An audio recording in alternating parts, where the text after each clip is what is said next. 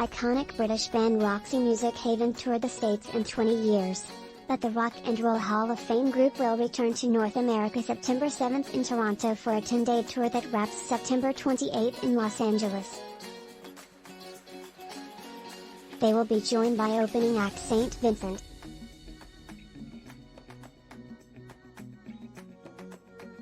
Lead singer Bryan Ferry, guitarist Phil Manzanera, saxophonist Andy MacKay and drummer Paul Thompson are reuniting for the first time in a decade to celebrate the 50th anniversary of the band's 1972 debut album. As Manzaera explained when I spoke to him over Zoom recently, for the four members reuniting on occasion is a natural joy. We can get together and do a tour because playing the Roxy songs is so refreshing, he says.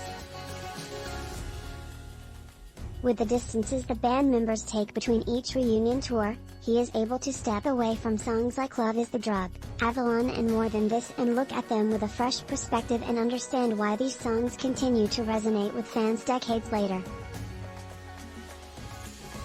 I spoke with Manzaera about the reunion, why his appreciation for Ferry's songwriting has grown over the years, his love of the Beatles and hosting his own podcast.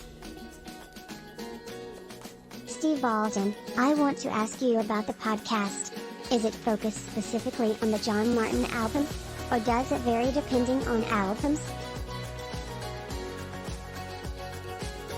Phil Manzanera, the podcast is called Not on the List, where 2 or 3 people talk about albums that they think are great that people don't really know about. And you have to talk about why you're enthusiastic about a particular album. I'm doing it with the guys who famous here as a comedian. So it's gonna be a lot of fun, laughter. Baltin, I think one of the great things as a music fan is being able to champion those albums you find underrated. As a music geek, what are your 2 or 3 albums that for you are not on the list?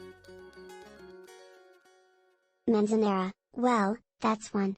John Martyn, One World. Such a long time ago. There's just so many I love. Spirit album, 12 Dreams of Dr. Sardonicus,